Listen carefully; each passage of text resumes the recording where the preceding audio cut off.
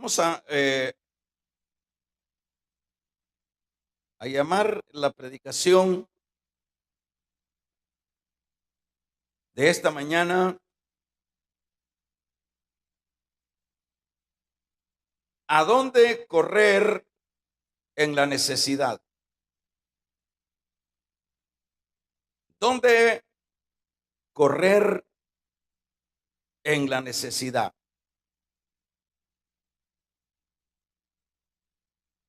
Es importante, hermanos, primeramente para que podamos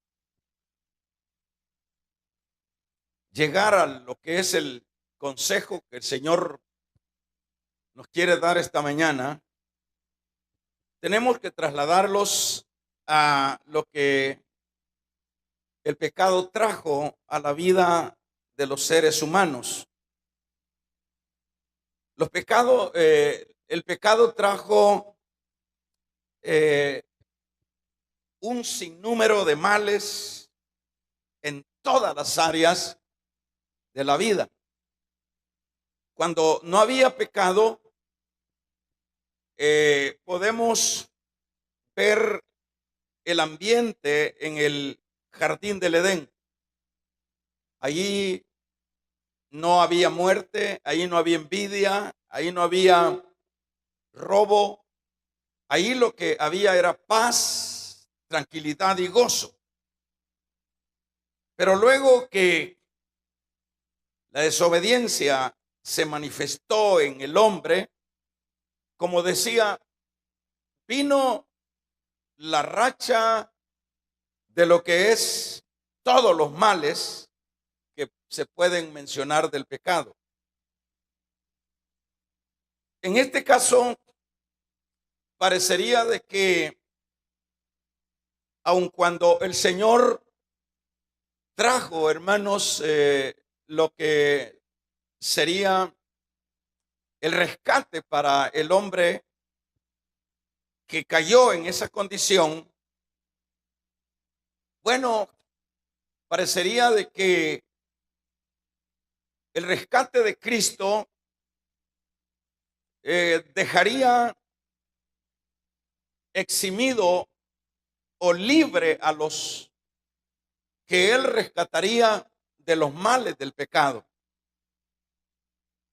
Es cierto que el Señor trajo esa redención a la vida de el hombre que estaba hundido en ese pecado y recibiendo todos los males que se derivan de él. Es cierto que se plasmó en cada persona ya luego de que Cristo vino a morir por los pecadores, se plasmó en cada persona la redención. Pero eso no nos libró, aún siendo redimidos, de los males del pecado. El creyente, aún siendo una persona que Dios ya ha pagado por los pecados de ellos a través de Cristo, no puede uno como desentenderse de que ya no tiene de alguna manera efectividad los males del pecado en la vida del creyente. Siempre el creyente tendrá que enfrentarse a las situaciones de lo que es el pecado. Por ejemplo, sería para mencionar algunos aspectos, digamos, las enfermedades. Las enfermedades no las podemos evitar y son resultado del pecado. Si habláramos de lo que son las codicias que siempre van a estar en el corazón del creyente, son también derivados, la codicia, de lo que es el pecado. Las envidias, el enojo y todas estas cosas se vienen desarrollando por causa del pecado y nos afectan, por supuesto, aún a los que hemos sido redimidos. Por ejemplo, cuando nosotros vemos las dificultades que se dan dentro de las familias cristianas, como por decir problemas conyugales, problemas familiares, todos son efectos del mismo pecado que deambula en medio de este mundo. Dicho de otra manera, esto viene siendo como el caso de que se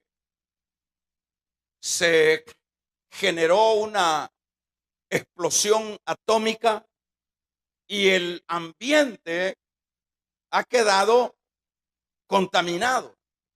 Y nadie se salva de ese ambiente de contaminación, de la radiación de lo que pudiera ser una bomba atómica, aun cuando han pasado los años, las décadas. Así viene siendo el caso de los males que genera el pecado. Ninguno de nosotros podemos decir, bueno, no tenemos ningún problema. Ninguno de los creyentes puede presumir que está ya en el cielo, que estamos exentos de todas las dificultades de la vida. No es eso así. Siempre vamos a tener el efecto de esa bomba radioactiva del pecado que nos seguirá afectando mientras estemos en esta tierra. Pero es interesante, hermanos, que los creyentes siempre, en todas las dificultades que puedan venir a la vida en este ambiente por causa de las situaciones del pecado, pecado en el sentido del efecto que produce en el creyente, las tentaciones y las enfermedades y sucesivamente. El creyente, hermanos, tiene una salida y eso es lo que en esta ocasión vamos a ver. La salida que tiene el creyente es que después de que Cristo vino a esta tierra a salvarlos, a redimirnos, el Señor, luego de su muerte y de su resurrección, Él se constituyó el sumo sacerdote, que dice este mismo libro de los Hebreos que entró al lugar santísimo, que en este caso es el cielo, el trono de Dios, y se sentó en ese trono. Y eso es lo que nosotros leíamos acá.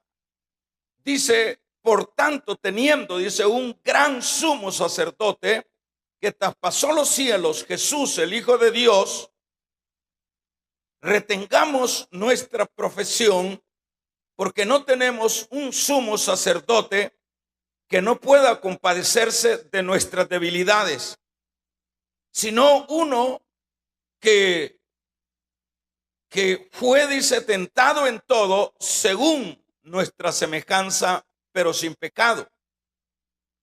Quiere decir que cuando vemos este versículo 14 en adelante, vemos ahí diríamos, la salida del creyente. La salida del creyente está en este triunfo y en esta victoria de ese sacerdote que en tiempos pasados lo representaban los sacerdotes judíos, que apuntaban que vendría en su momento el verdadero sacerdocio. Y es eso lo que está diciendo el escritor acá, que luego que Cristo dio su vida por los pecados de su pueblo, Él se ha sentado a la diestra de Dios. Y cuando dice que se ha sentado a la diestra de Dios, acá en este versículo dice que debemos de acercarnos, dice el verso 16, confiadamente al trono de la gracia para alcanzar misericordia y hallar gracia para el oportuno socorro. Quiere decir que en este caso, este sumo sacerdote, hermanos, en primer lugar, que es Cristo, dice que se ha sentado en el trono de la gracia. Este es un trono que así lo denomina la palabra acá, de gracia. Y cuando se habla de gracia, está refiriéndose a que todos los creyentes, todos los que han sido redimidos y que están pasando en esta vida, en este mundo,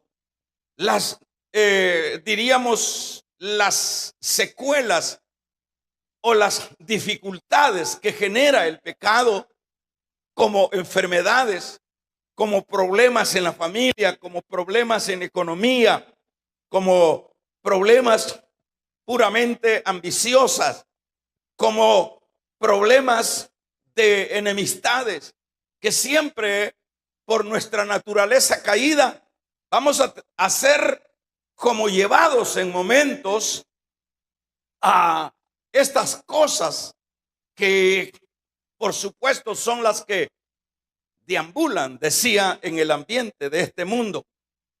Por ejemplo, Pablo habla del enojo. Es una realidad, pues, que nos enojamos, dice Pablo, pero que no se ponga el sol sobre vuestro enojo. Hay debilidades. Hay momentos que el creyente, dado las circunstancias que se está pasando dentro de la vida, hay momentos que se siente decaído, que no tiene fuerza para seguir adelante. Hay momentos que dice, ya no puedo. Hay momentos que incluso viene la duda a la vida. Hay momentos que dice, como sería el caso de Juan el Bautista, que vino la duda a Juan y fue a tener que preguntar una vez más si Cristo era el Mesías que había de venir. Todos estamos expuestos a los efectos que genera el mal del pecado. Pero qué bueno que en este caso, luego de que Cristo, hermanos, resucitó, no resucitó para dejarnos abandonados, sino que en primer lugar resucitó y se sentó, dice este versículo 16, en el trono de la gracia. Y cuando está hablando del trono de la gracia, es como se debe de entender como el que va o iba a interceder por cada uno de los angustiados creyentes que se ven en este mundo. Él iba a ser el intercesor. Por ejemplo, usted se recuerda que cuando él le dijo a Pedro que Satanás le había pedido para zarandearos, allí en esa ocasión el Señor dijo, pero no te preocupes, porque yo rogaré al Padre para que tu fe no te falle y puedas vencer y puedas afirmar luego a tus consiervos o a tus hermanos. Ahí estaba dando las primicias de lo que era la intercesión. Quiere decir entonces que cuando viene a la vida las acechanzas, viene a la vida las circunstancias dolorosas que genera el pecado en este mundo, lo importante que nosotros vemos acá, que hay uno que intercede por su pueblo. Hay uno que siempre va a estar, no, hermanos, alejados, sino las 24 horas, llamémosle así, del día y los 365 días del año, estará pendiente de su pueblo. Estará pendiente de las batallas, de las necesidades, de las tentaciones, de los desánimos que cada uno de nosotros tenemos.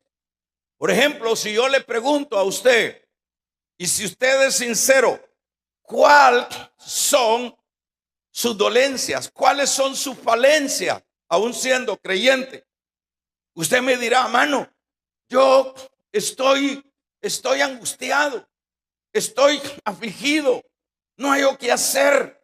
Tenemos dolencias físicas, tenemos dolencias espirituales, tenemos tentaciones, tenemos desánimo.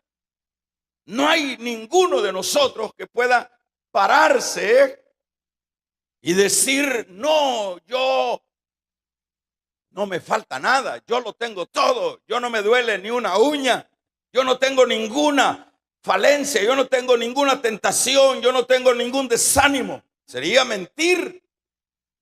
Sería mentir. Hay desánimos, hay angustias, hay tragedias dentro de este mundo de las cuales los creyentes no podemos separarnos o no podemos desligarnos de ello. Eso usted mismo lo puede comprobar. Eso usted mismo puede decir, es cierto lo que está diciendo el hermano, yo estoy angustiado por esto, yo estoy desesperado por esta otra área. Hay momentos que no le hallo salida. Hay momentos que yo digo en mis problemas, quizás Dios me ha olvidado. Hay momentos, dice usted, que yo digo, ya Dios no me oye. ¿Será que no soy creyente? Llegan las dudas, llega, hermanos, la situación que nos hace tambalear dentro de la vida espiritual. Pero lo importante que vamos a aprender en esta mañana es que el Señor no nos dejó solo. Como dijo el profeta, si Dios nos hubiese abandonado como Sodoma y Gomorra, llegaríamos a ser. Si Dios nos hubiese abandonado, si Dios solo nos redime y nos deja, hermanos, a la deriva en este mundo, no podría haber ningún campeón que pudiera llegar hasta el final, porque las batallas de la vida son fuertes y cada vez dentro de este mundo arrecian más. Cada vez el enemigo estará, como dice Pedro, como león rugiente, viendo a quién se devora. Cada vez veremos los efectos del enemigo que vino a matar, a hurtar y a destruir. Pero ¿qué hacemos los creyentes? Los creyentes debemos de saber, estoy hablando estrictamente de creyentes, debemos de saber que no estamos solos, que Dios en su misericordia resucitó con el poder de su Espíritu Santo a su Hijo y lo sentó en el trono de la gracia. Es decir, nosotros tenemos un intercesor, hermanos, en el cielo. Nosotros como creyentes tenemos al Cristo poderoso, que es el que está viendo y está contemplando y está lidiando a la vez con todas nuestras falencias, con todas nuestras necesidades. Damos un amén, iglesia. Ahora, ¿qué es lo que tenemos que hacer nosotros? Lo que tenemos que hacer es, partiendo de que ya somos creyentes, lo que tenemos que hacer no es acudir al ser humano, porque eso es lo que siempre hacemos en nuestra corta visión espiritual, en nuestra debilidad humana, en nuestra miseria humana, diría. Lo que hacemos siempre, en primer lugar, es correr en la necesidad allá donde alguien nos puede ayudar. Corremos si es un aspecto, hermanos, de problemas familiares que son generados por el mismo pecado que hay en este ambiente. Nosotros, bueno, muchos creyentes que creen que los hombres mismos pueden resolver los problemas familiares, los que tienen las facilidades y creen que son los hombres, en ese caso algún segmento de esas personas corren al del psicólogo, corren y le dicen: mire, mi matrimonio se está por destruir. ¿Qué hago, psicólogo? Mis hijos están destruyéndose. ¿Qué hago, psicólogo? Yo, psicólogo, tengo una gran depresión. Siento síntomas de suicidio. ¿Qué hago, psicólogo? Eso es lo que no solo el mundo hace, sino también los creyentes en sus necesidades, hermanos, en sus miserias humanas. Tomamos muchas veces esos senderos para ir ante el hombre. Una vez un hermano me dijo de esta iglesia que estaba su hijo para morirse, un bebé, y me dijo: hermano, yo ya que no he hecho, he gastado y he invertido, he buscado los médicos y nadie, y mi hijo está para morirse. ¿Y sabe qué me dijo? Mire, fíjese que menos mal que hay gente que consulta. Me dijo: ¿sabe qué, hermano? Me dice: ya me recomendaron unas personas que hacen limpias espirituales, y que yo he pensado, hermanos, ir a esos lugares para que me hagan una limpia. Yo no entiendo de eso, pero se entiende que lo que hacen son, diríamos, actitudes puramente de brujería. Dicho de otra manera, este hermano estaba como en el filo de ir ante el brujo para que le ayudara, para que lo sacara, para que no se muriera su niño. Es decir, aquí hay momentos que se llegan al punto cero, hermanos, aun cuando seamos creyentes. ¿Cuál es la razón por la cual muchos hermanos en sus problemas económicos, qué es lo que hacen? Lo que hacen es sacrificar sus familias y emigran a los países donde creen que pueden encontrar una estabilidad económica.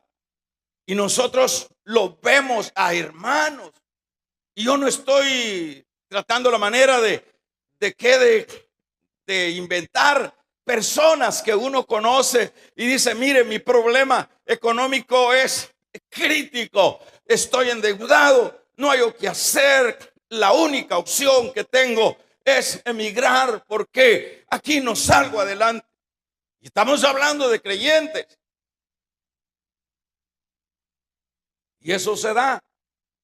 Son siempre los efectos del pecado, de los cuales, aun cuando seamos redimidos o hayamos sido, sí, salvos por la gracia de Cristo, por estar en este mundo donde, como puse el ejemplo, donde se ha detonado una bomba atómica y que las partículas y que la radiación de esa bomba que es el pecado, no nos libramos.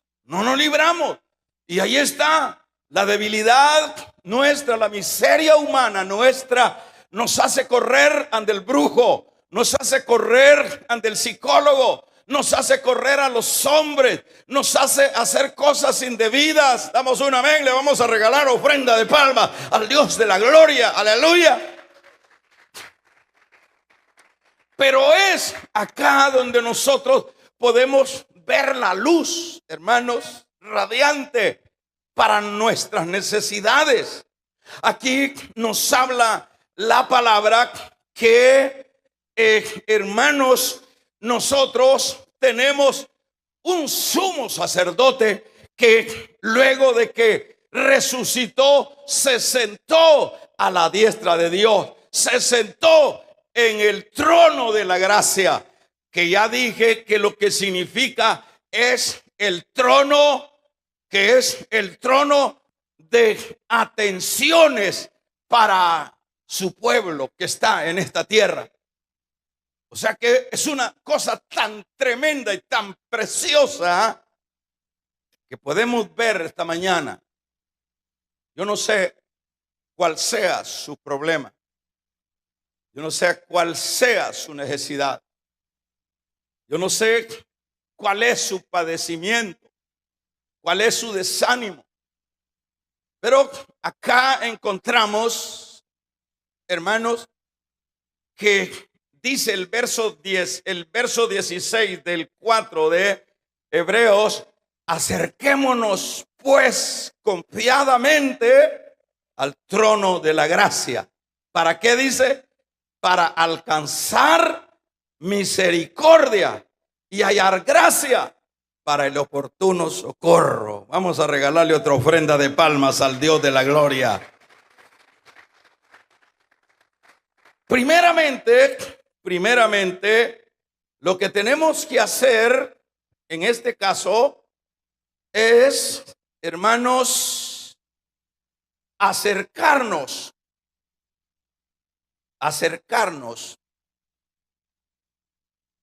Eso es lo que tenemos que hacer, acercarnos y usted me dirá, pero ¿cómo si Él está en el cielo y yo estoy aquí en este fango de la tierra?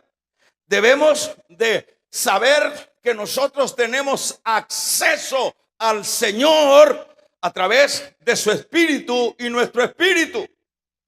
Debemos entonces, hermanos, acercarnos al Señor por medio del espíritu, acercarnos, hermanos, para sin ninguna interrupción. Ahora ya nosotros ya tenemos el camino libre. En el periodo de Israel se veía el templo, que era la figura futura de este trono de la gracia. En ese tiempo nadie, hermanos, podía entrar al lugar santísimo, que era donde una vez por año entraba el sumo sacerdote, hermanos, con sangre de animales, y entraba solo una vez al año a donde era el lugar santísimo, donde estaba el arca, donde estaba, hermanos, la vara de Aarón, donde estaba la cajita del tabernáculo. Hermano, era el que entraba a ese lugar, sin previa preparación, sin ser el sumo sacerdote humano, moría, y era la figura de Cristo. Así que la mayoría de gente necesitada que traía sus problemas a los sacerdotes solo llegaban hasta el lugar santo donde hacían sus sacrificios. Pero había una división que les impedía entrar al lugar santísimo donde estaba la presencia del Señor. Pero luego que Cristo resucita, que es la figura del sumo sacerdote, damos un gloria a Dios, no entró en el tabernáculo que, hermanos, del templo de Salomón entró a los cielos, y en los cielos se sentó en el trono de la gracia. Vamos a regalarle ofrenda de palma. Se sentó en el trono de la gracia. Ahora, lo que está diciendo el escritor acá es que debemos acercarnos, y el acercarnos ahora por el Espíritu no hay restricciones.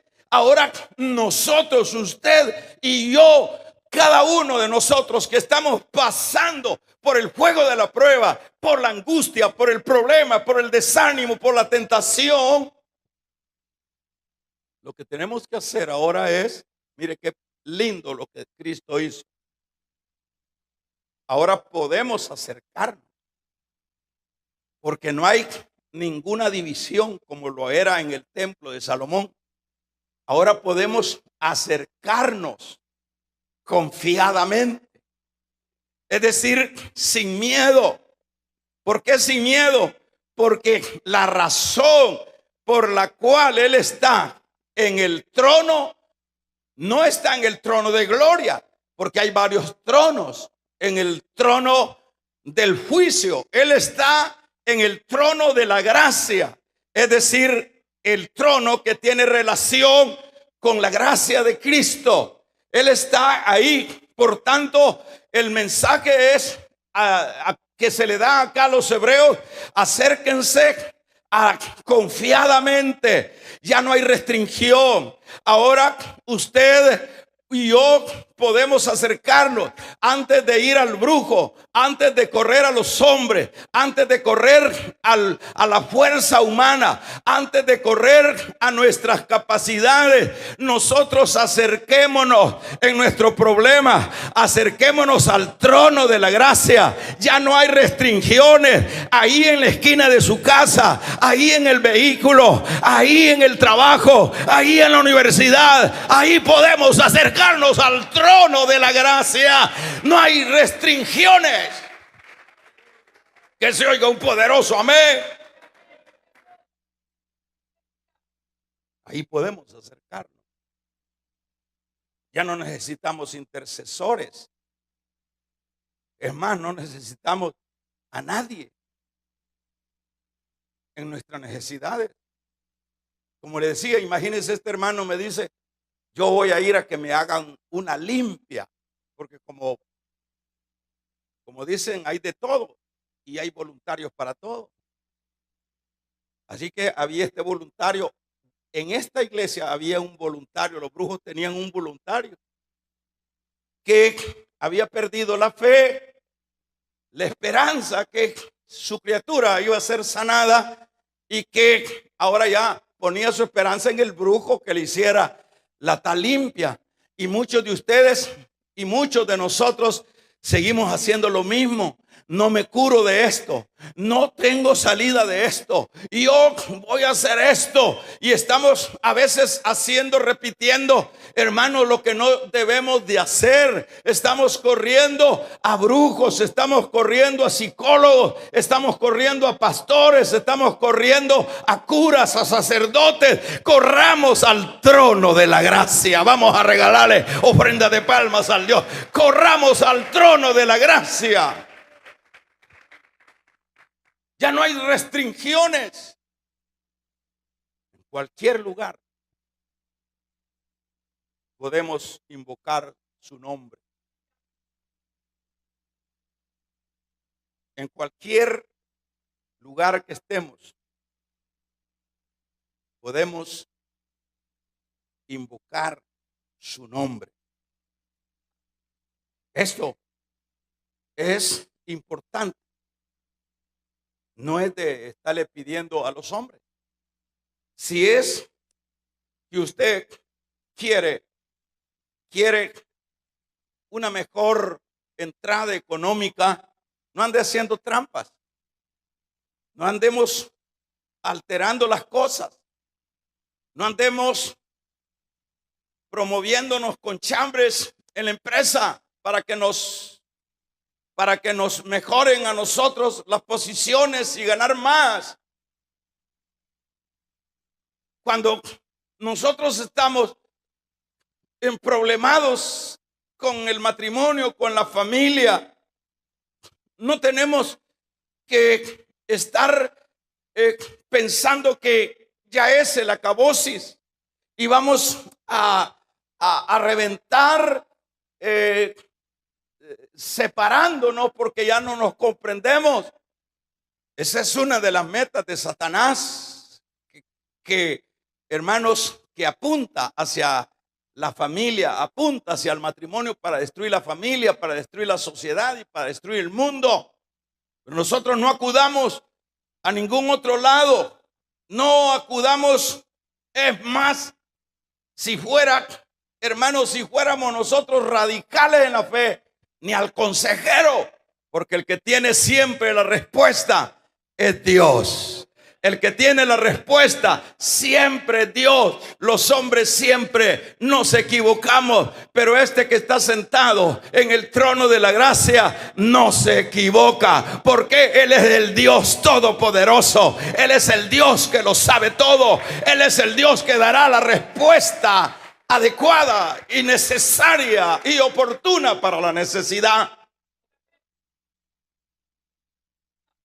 Entonces necesitamos acercarnos a pedir su ayuda. Hermanos, a pedir su ayuda. ¿Qué es lo que tenemos que hacer? A pedir su ayuda en esa necesidad, en esa angustia. Acerquémonos aquí. Mire, una de las cosas importantes que dentro de la vida normal nosotros la entendemos bien, que por ejemplo, si alguien nos dice que yo me comprometo a ayudarle a usted cuando tenga un problema económico, no dude en llamarme, no dude, porque yo voy a sacarle adelante ese problema. En esa parte humana y lógica, eso así es y todos lo entendemos, que dice, bueno, en este problema Julano me prometió, así que yo no es que estoy abusando de él. Yo voy a acudir, yo le voy a tomar la palabra porque él me lo prometió, que cuando tuviera esa necesidad, yo acudiera con toda confianza a él. Y lo hacemos. Muchas veces lo hemos hecho. ¿Alguien lo ha hecho? Vamos a ver. Ayúdeme levantando su mano si alguien lo ha hecho. Alguien que le dijo, mira, cuando tengas problemas, avísame. ¿Quién es? Nadie, ¿verdad? Bueno, siempre uno dice, ay, aquel fue el que se comprometió, yo voy a ir. Y no voy a ir abusando de él porque él me prometió que me iba a ayudar en mi necesidad. Y de alguna manera los hombres cumplen. Pero aquí no estamos hablando de un hombre. Aquí estamos hablando de Dios. Regálele ofrenda de palmas al Dios de la gloria.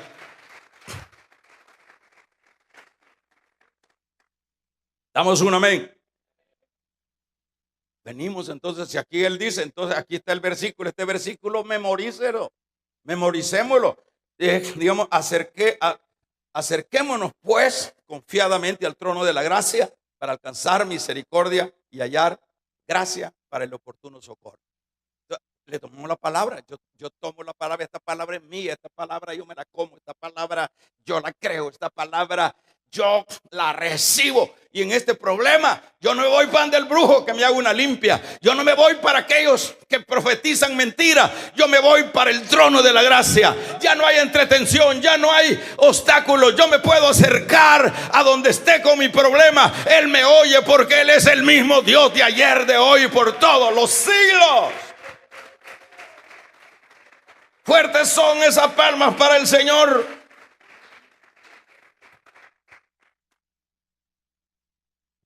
Dijo el profeta Jeremías: clama a mí, dijo, y yo te responderé. ¿A quién le va a responder? A su pueblo. Amén, iglesia. Usted se recuerda cuando Pedro cayó preso. Ya el Señor había resucitado, ya estaba en este lugar, en el trono de la gracia. En el capítulo número 12 del libro de los Hechos, dice que agarraron a Jacob y lo mató Herodes, y luego quería matar a Pedro. Pero la iglesia, damos un amén, la iglesia, hermanos, no se fue para el mejor abogado. Fíjese que dentro de los discípulos del Señor y dentro de ese equipo de gente que andaba con él y andaba ya y se quedaron en la iglesia, habían muchos amigos de Herodes. Se habla del superintendente, que había sido un superintendente, diríamos un administrador de Pilato, de los Herodes. Tenía de alguna manera, porque fíjese que uno cuando tiene, por ejemplo, tiene un problema, diríamos de delito, dice: el fiscal tal es mi conocido, el abogado tal me va a ayudar, el diputado tal voy a acercarme. Eso pudo haber cabido en la mente de la iglesia del Señor. Acudamos a ese superintendente que tenemos aquí como hermano, que ese vaya a interceder, que vaya a ver qué puede hacer, que se acerque a Herodes. De alguna manera Herodes le va a oír porque han sido conocidos, hermanos, pero ellos no buscaron a esta persona, ni buscaron ningún abogado, ni buscaron ni otra alternativa. ¿Cuántos damos un gloria a Dios? Lo que hicieron ellos tomaron esta porción de la palabra, se fueron y se encerraron y empezaron a pedirle al Señor y le decía: Señor, ayúdanos, ya mataron a Jacob, Señor, mira que Pedro no perezca, ayúdanos Señor, vamos a regalarle ofrenda de palmas, ayúdanos Señor, ayúdanos Señor, ayúdanos Señor. Que se oiga un poderoso amén.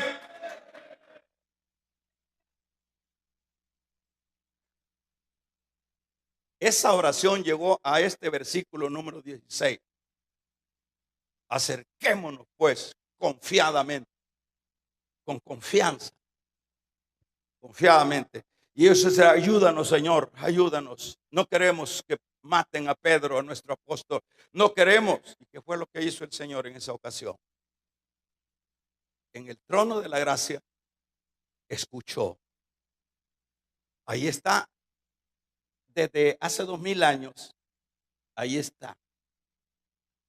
Ahí está. En el trono de la gracia.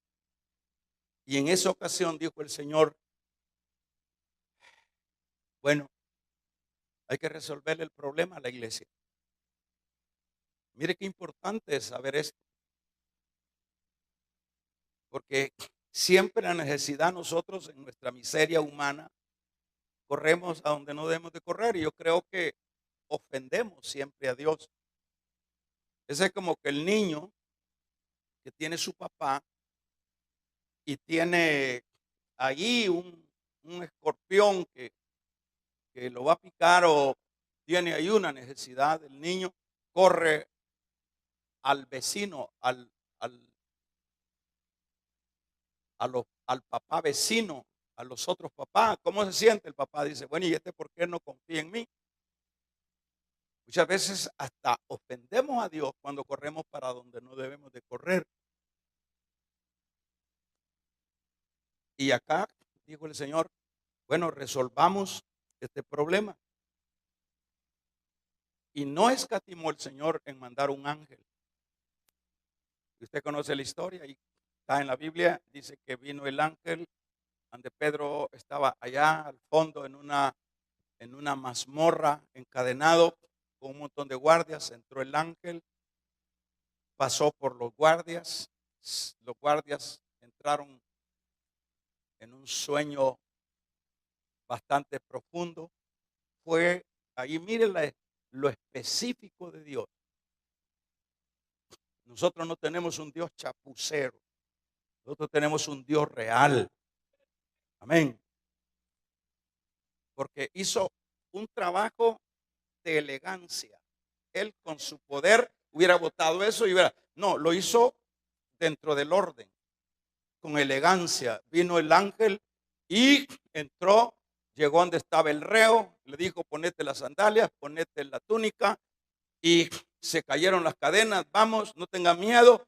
Y los soldados bien dormidos, y se abrieron hasta que lo llevó a la puerta principal. Pedro ni entendía, pensaba que estaba soñando, pero cuando se tocó, dijo: no, si es cierto esto, y corrió a donde estaban los hermanos todavía estaban orando. Vamos a regalarle ofrenda de palmas al Dios de la gloria.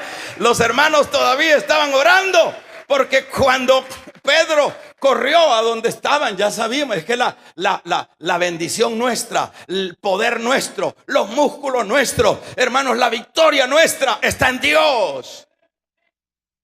Pedro tocó, y una muchacha que se llamaba Rode, que en el idioma nuestro decía Rosa, hermanos, vio por la ventanita, por el hoyo de la puerta, y vio Pedro. Pedro pensó que era fantasma, porque jamás pensaban que Dios haría tal cosa de liberar de las garras de Roma, hermanos. Pero lo que es imposible para los hombres, posible es para Dios. Que se oiga un poderoso amén. No, si yo soy. Fíjese que esa muchacha ni le abrió a Pedro. El pobre se quedó afuera, todo asustado. Pero ¿qué fue lo que pasó? La oración llegó al trono de la gracia. Dice el Salmo 91, 4: por cuanto en mí han puesto su amor, yo también los libraré, le pondré en alto. Por cuanto han conocido mi nombre, e invocarán, y yo responderé. Con él yo estaré en la angustia, lo libraré y le glorificaré. Lo sacaré y le concederé larga vida.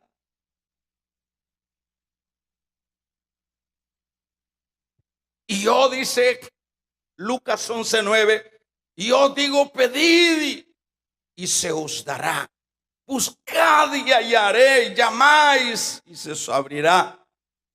Juan 14:14 dice: si algo pidieres en mi nombre, yo lo haré. Yo lo haré. Sí, la Biblia está llena de promesas. Lo que pasa es que nosotros somos una miseria humana.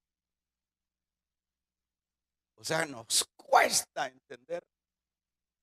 Cuando tu marido o mujer te esté dejando, deja de ir ante brujos, deja de andar poniendo fotos en botellas debajo de la cama. Damos un amén, iglesia.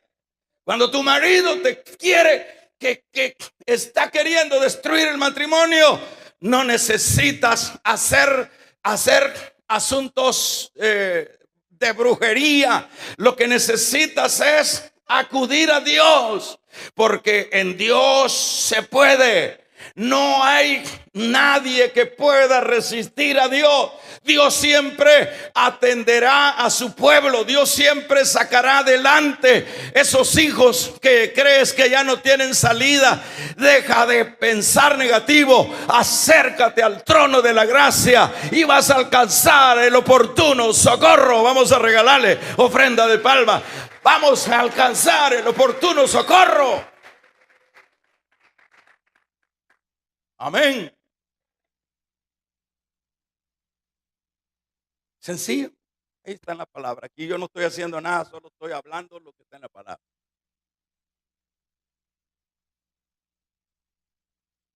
Quiere mejorar su economía, no para echársela encima, sino para bendecir los asuntos de Dios. Acérquese y Dios conoce el corazón y le va a bendecir. Finalizo poniendo las condiciones que son las que no debemos de perder de vista. Las condiciones para acercarse al trono de la gracia, primero es estar reconciliado con Dios. Es lo primero que se tiene que hacer. Estar en paz con Dios. Dicho de otra manera, haberse entregado a Cristo. Esas son las condiciones. Amén. Yo estoy hablando de realidades. No estoy hablando de artistas. Yo estoy hablando de que alguien se haya entregado, se haya reconciliado con Dios. Esa es una de las condiciones para acercarse al trono de la gracia. 2, permanecer luego de que nos hemos reconciliado. Dijo el Señor en Juan, hermanos, dijo el Señor en Juan 15:7, si permanecieses en mí,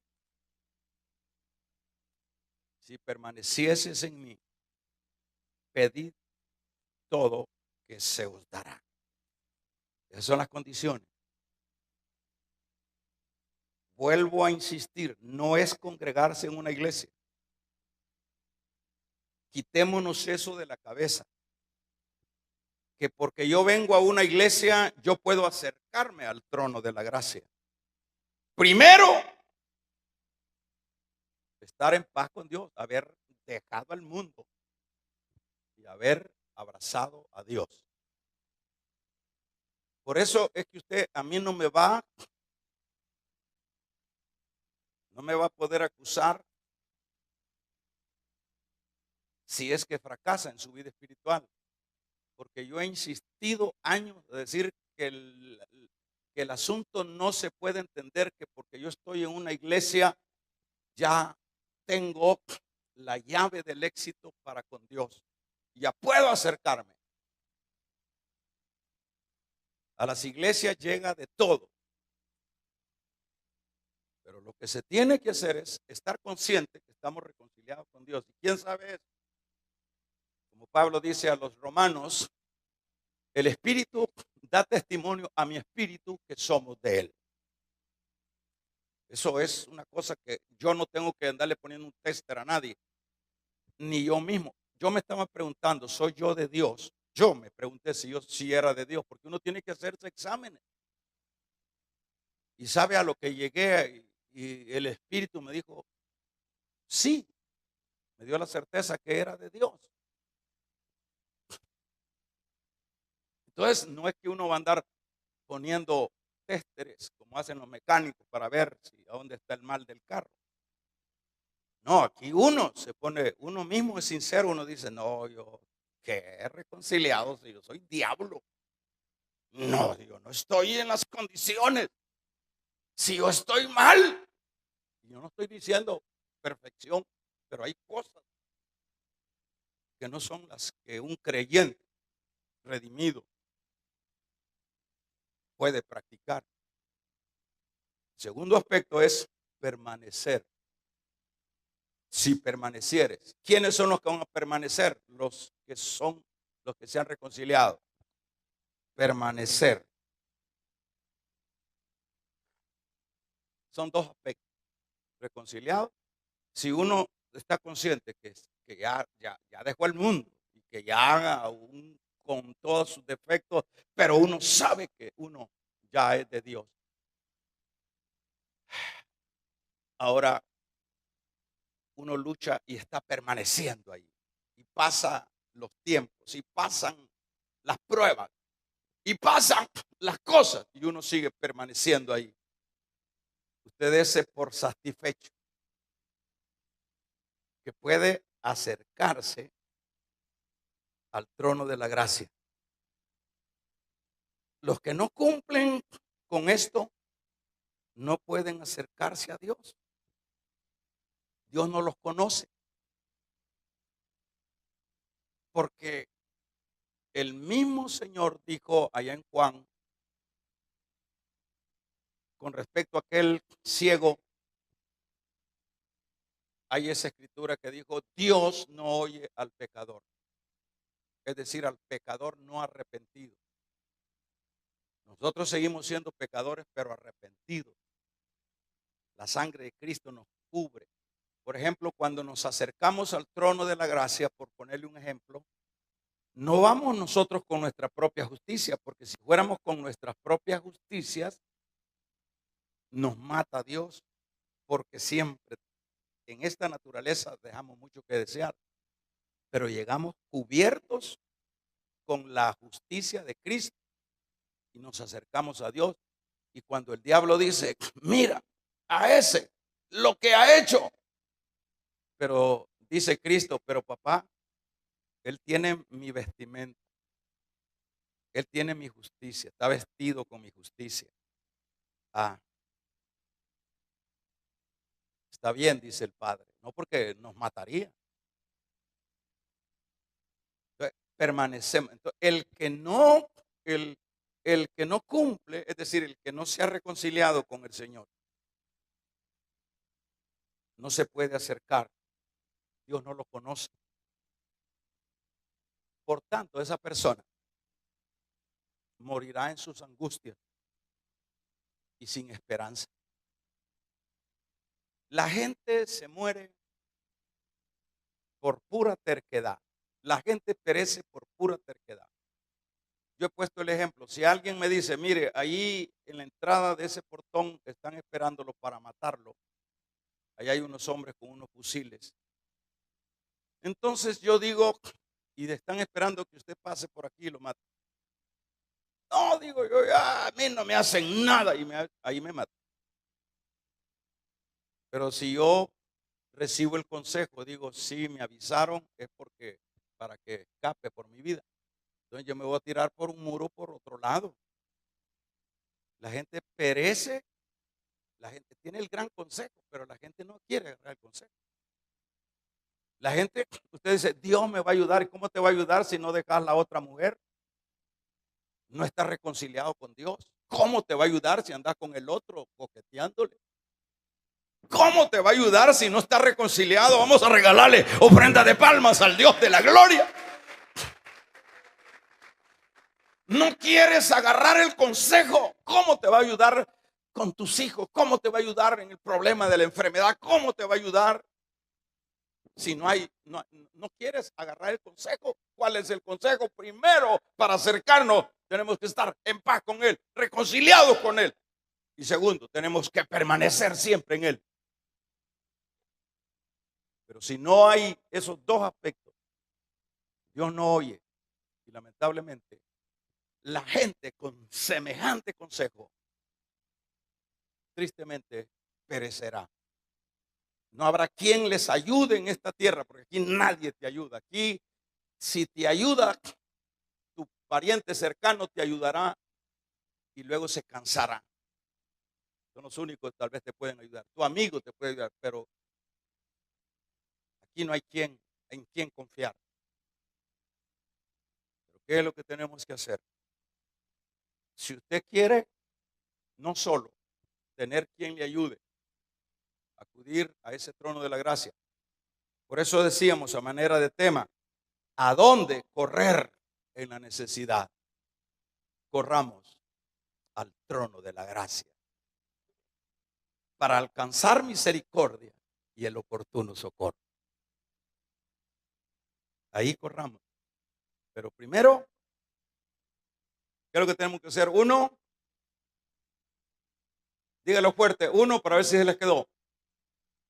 No, que se oigan todos fuertes. Uno, estar reconciliado con Dios.